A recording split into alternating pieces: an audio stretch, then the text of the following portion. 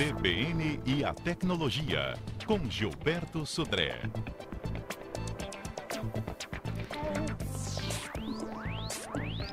Dez e 5 na CBN Vitória, Gilberto Sudré já está conosco ao vivo aqui no estúdio. Bom dia, Gilberto. Bom dia, Fábio. Bom dia aos nossos ouvintes.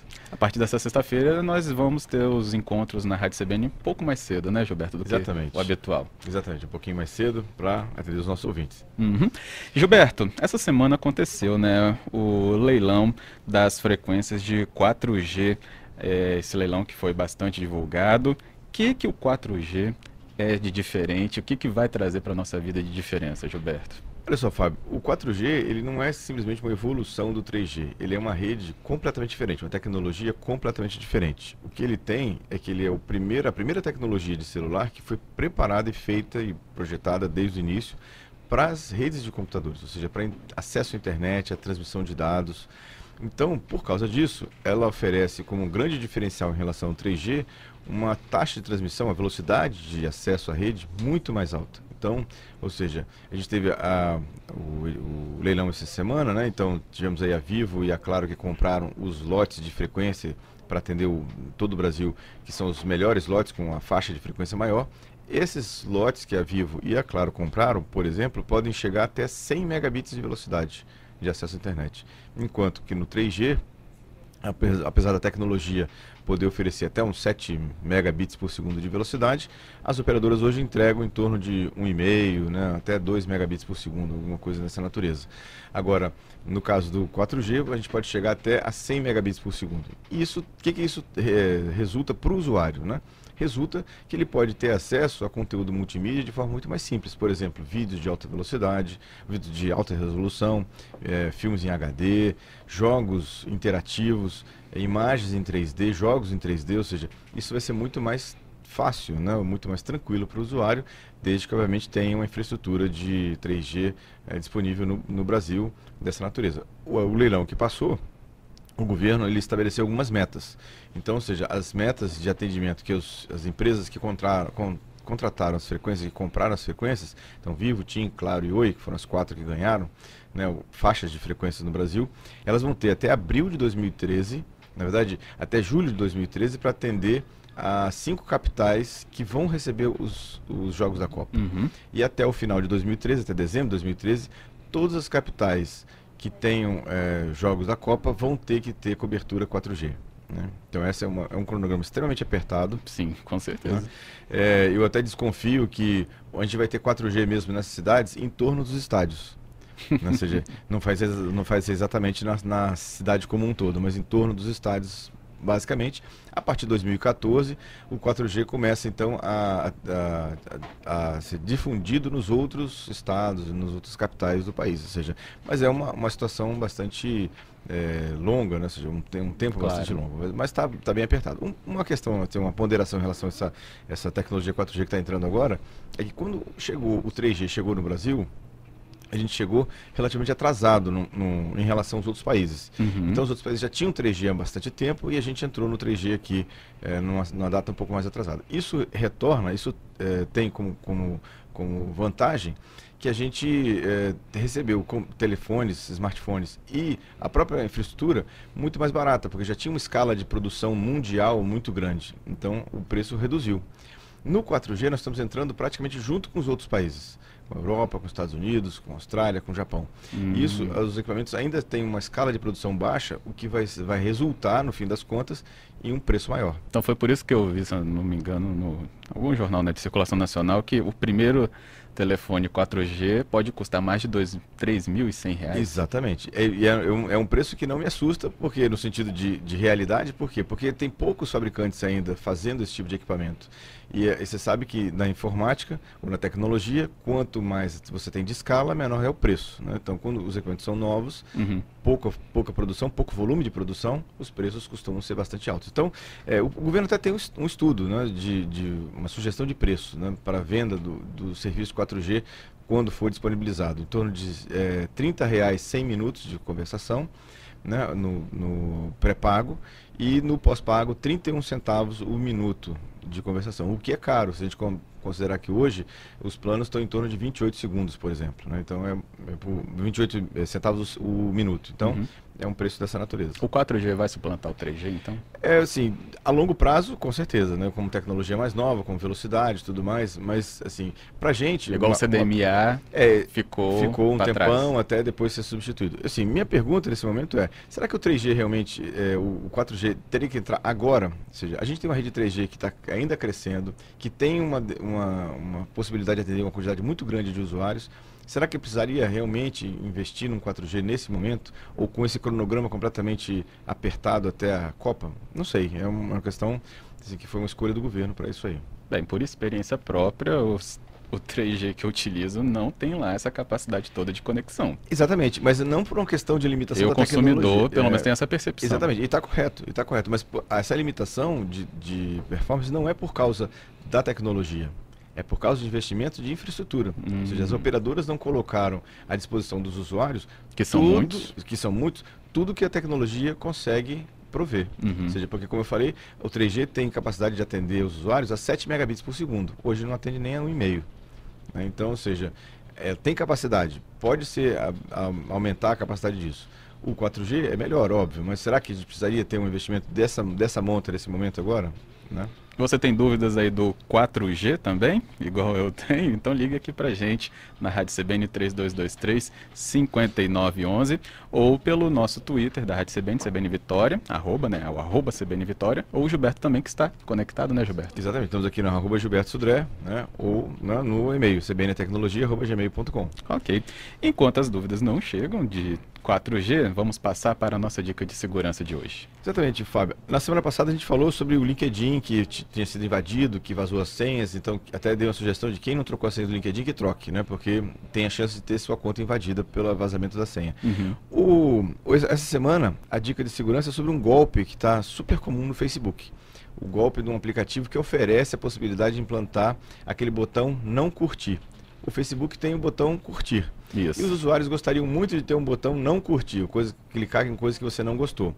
Na verdade, tem um golpe muito comum na internet agora, de um aplicativo que está oferecendo a possibilidade de você implantar o botão não curtir no Facebook. Só que esse aplicativo é falso, ele é como se fosse um vírus, e o objetivo dele é capturar, roubar as informações pessoais do usuário. Então, se você, usuário do Facebook, recebeu alguma solicitação, algum aviso de clique aqui para poder instalar o aplicativo para ter o botão não curtir, não faça isso, porque é um vírus, né? É um ataque que vai expor seus dados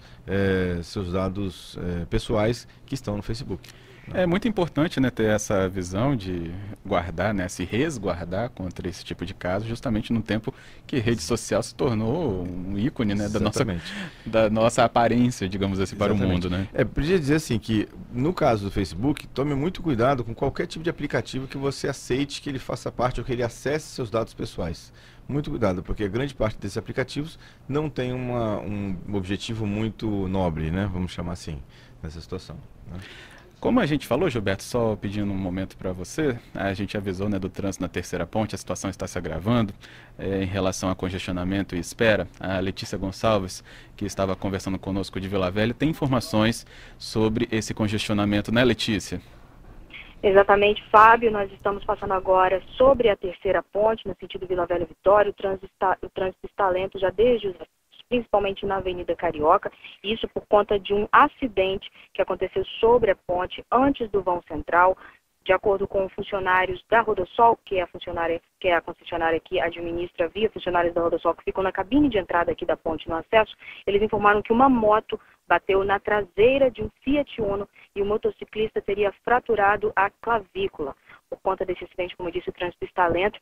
Até as imediações do vão central, um carro da Rodosol, um guincho, já está próximo ao local do acidente, removendo o veículo. Fábio? Ok, Letícia, muito obrigado. Então você aí, ouvinte de Vila Velha, ou que está aí pretendendo sair de Vila Velha neste momento também, atenção, a Terceira Ponte ao congestionamento é o tempo de espera que você vai ter para atravessar a via. Voltando, 10 horas e 14 minutos com Gilberto Sodré, que continua ao vivo aqui conosco. Nosso assunto hoje é o 4G, mas antes ainda, né, Gilberto, nós temos uma outra dúvida de quem nos acompanha pela CBN, não é? Exatamente. O Jefferson mandou um e-mail para a gente perguntando assim, que quando ele ligava o computador dele, né, o disco rígido agora está fazendo um barulho estranho, como se tivesse alguma coisa raspando dentro dele e tal. E ele falou que esse barulho não existia e qual é o problema. Bom, Jefferson, eu tenho acho que uma má notícia para você. Na verdade, o seu disco rígido está começando a apresentar alguns sintomas de que vai dar defeito daqui a pouco. Sintomas, né? Que vai dar defeito. Que vai dar defeito. Tem isso, né, Gilberto? Tem, exatamente. Está começando a dar alguns alertas, né, que ele vai pifar, né, e vai parar de funcionar. A minha sugestão é que você urgentemente faça um backup completo dos dados que estão guardados nesse disco rígido que você tem aí, né, e que você o substitua tão logo quanto possível por um outro disco rígido novo, né, perfeito, porque esse está dando sintomas, está dando sinais de que a vida útil dele está no fim, né? Então, minha dica de que você faça isso o mais rápido possível para não ficar na mão, né, e perder os seus dados. E não ter nenhuma dor de cabeça para tentar recuperar, que não é rapidinho também não. Né, exatamente, exatamente. São 10h16, o nosso telefone aqui para o quadro CBN Tecnologia é 3223-5911. Nosso assunto é 4G, mas se você também tiver outras questões para passar para o Gilberto Sudré, pode ligar. Nosso Twitter também, o @CBN Vitória. E se sua dúvida é um pouquinho maior, é só você escrever para o nosso e-mail cbnvitoria@redegazeta.com.br. O Gerson, Gilberto, Gerson de Vitória, que está nos acompanhando, ligou no 3223-5911 e ele questiona aqui no nosso quadro. Só se fala em tecnologia 4G para internet e transmissão de dados e ele quer saber em questão a qualidade da ligação, se isso vai ser afetado ou se vai ter melhora. Gerson, obrigado, Gerson, pela participação. Na verdade, a telefonia celular, a qualidade já é bastante boa, vamos chamar assim, na 3G. Na verdade, desde o 2G, quando que mudou a tecnologia de analógico para digital, a qualidade do áudio é boa, né? Relativamente boa. Não sei em lugares, por exemplo, que o sinal é fraco, o sinal é ruim, que aí a qualidade fica falhando, né? Fica falhando a comunicação, né? Mas, em maneira geral, quando você tem num local que tem um sinal bom, uma cobertura boa, a qualidade de áudio é bastante boa. No 4G, essa qualidade vai continuar da mesma maneira, uma boa qualidade. O que vai realmente ter como upgrade do 3 para o 4G é a área de rede, a área de dados, transmissão de dados, que vai ficar muito mais rápido. Eu tenho uma dúvida a respeito do 3G, Gilberto. Pode ser até meio simples, né, para ser respondida. Mas tempo chuvoso, nublado, atrapalha a conexão 3G? A conexão, as ondas eletromagnéticas de radiofrequência, elas sofrem algum tipo de bloqueio, né, ou de atenuação com a chuva ou com a água, né? Então, ou seja, em locais que você está próximo da antena, em que o sinal é forte, essa atenuação é imperceptível para o usuário. Ou seja, você não vai não vai notar nenhuma piora, né, porque você está próximo da antena, mesmo que aquele sinal perca um pouco mais de intensidade até o seu telefone, da antena até o seu telefone, ele vai chegar de forma adequada e você vai conseguir fazer a sua ligação. Quando você está num local mais afastado da antena, ou seja, com um sinal que já está fraco, a chuva vai ajudar a torná-lo mais fraco ainda. E com isso, uma recepção que estava no limite entre o bom e o ruim, passou a ser ruim agora. Né? Então, pode acontecer de a chuva influenciar na comunicação? Pode, desde que você esteja na situação limite, né? Ou seja, na situação de distância entre a antena e o seu telefone. Eu devo estar em muita situação limite, então. 10h18, o telefone da CBN para sua dúvida é 3223-5911. E quem já utilizou a linha para falar com você, Gilberto, é o Itamar de Cariacica, já que você comentou de Facebook. Ele diz que é usuário do Facebook e sentiu falta de informação por parte da rede social sobre esses problemas que vêm ocorrendo de vírus, como você disse, do botão não curtir. O Itamar pergunta então, Gilberto, se você percebeu isso também, essa falta de divulgação desses problemas por parte do Facebook. Itamar, obrigado pela participação. É verdade, eu também, na verdade o Facebook adotou a política de não divulgar esse tipo de situação, de ataques, essas coisas. O que ele faz, e agora está fazendo um pouco mais intensamente, é dar algumas dicas do que não fazer, né? Ou seja, não clicar nesse tipo de aplicativo. Inclusive, tem algumas mensagens que têm aparecido, pelo menos no meu Facebook em cima, tem aparecido lá mostrando algumas dicas de comportamento saudável no Facebook, do que não clicar, o que não aparecer. Já apareceu algumas vezes para mim, essa semana inclusive, começou a aparecer nessa semana. Né? Não sei se para todas as pessoas, mas acredito que para algumas pessoas tenha aparecido isso. Ele tem adotado o Facebook tem adotado esse comportamento e está deixando para que os meios de comunicação, né, nós comentaristas, façamos esse tipo de trabalho, ou seja, de informar, de alertar os usuários do que o que deve ou não deve ser feito dentro da rede social. Mas é verdade, você tem razão em relação a isso. Ele poderia, por exemplo, o Facebook ter um aviso, né, de que aquele aplicativo oficial, né? Exatamente, aquele aplicativo não é adequado. Ou então ter até uma lista de aplicativos banidos do Facebook, por exemplo, né, que não seriam aplicativos seguros. Com certeza. Ainda sobre dúvidas dos nossos ouvintes, 3223-5911 é o telefone. O Márcio, que nos acompanha de Cariacica, Gilberto, ele diz que as conversas que ele tinha no Facebook, essas conversas iam para o Hotmail dele. Agora as respostas não estão aparecendo nas conversas. É algum problema? O que ele pode fazer? Pode ser alguma configuração. A configuração do Facebook ou dessa interligação entre o Hotmail e o Facebook. Eu tenho notado, essa semana principalmente eu tenho notado no uso do Facebook, de alguns comportamentos assim, estranhos do Facebook. Assim, algumas páginas que eu tentei acessar e não acessava mais. Né? Então, ou seja, pode ser também num período, um momento assim, instantâneo agora do Facebook, que tem alguma coisa que não está funcionando, mas que volte a funcionar daqui a pouco, ou seja, por uma questão de manutenção do Facebook. Né? Ou seja, eu sugeriria ele para esperar alguns dias, ver se esse comportamento continua acontecendo. Se continuar acontecendo, ele revisar talvez a configuração, né, de privacidade, dele, alguma coisa assim, exatamente. Tem havido uma mudança constante, né, já que a rede social está tão popular ultimamente, né, do Facebook, quanto a relação a tamanho de foto, fonte, né, tamanho das letras também foi alterado, se eu não me engano. Eles têm assim, o Facebook ele cresceu muito rápido, né? Com isso ele teve uma variação da interface dele, porque a interface inicial do Facebook era uma interface muito simples. Né? Ou seja, tinha poucas coisas. Como foi agregado ao Facebook muitas outras funções, acabou que ele ficou com a interface poluída, e eles estão agora mudando uma série de questões do Facebook para poder ajustar essa interface, ficar um pouco mais agradável. A ideia do timeline já é uma situação desse tipo, de tornar uma interface um pouco mais limpa para o usuário, apesar de muitos usuários não terem gostado do timeline, mas a intenção do Facebook é essa, e ele tem trabalhado nessa linha de tentar melhorar a interface, já que não era uma interface tão bem estruturada como de outros serviços, que foi pensado inicialmente já quase que numa questão definitiva do serviço. O nosso ouvinte Gil, de Vitória, ele ligou, Gilberto, e disse que tem um notebook, e falaram para ele que a bateria, aliás, que se a bateria estiver carregada, ele não pode ficar com ela ligada na energia direto, porque vicia a bateria. E ele pergunta, é verdade? Muito bem, Gil, obrigado pela participação também. Essa é uma pergunta muito comum dos usuários do notebook, e eles falam, essa é uma questão que ela já foi verdade. No começo dos notebooks, quando os controladores de carga de bateria não eram adequados, não eram bons, se você mantivesse a bateria instalada no notebook, com ela carregada e o notebook ligado na tomada, isso causaria uma sobrecarga na bateria, né? E aí você reduziria o tempo de vida da bateria, né?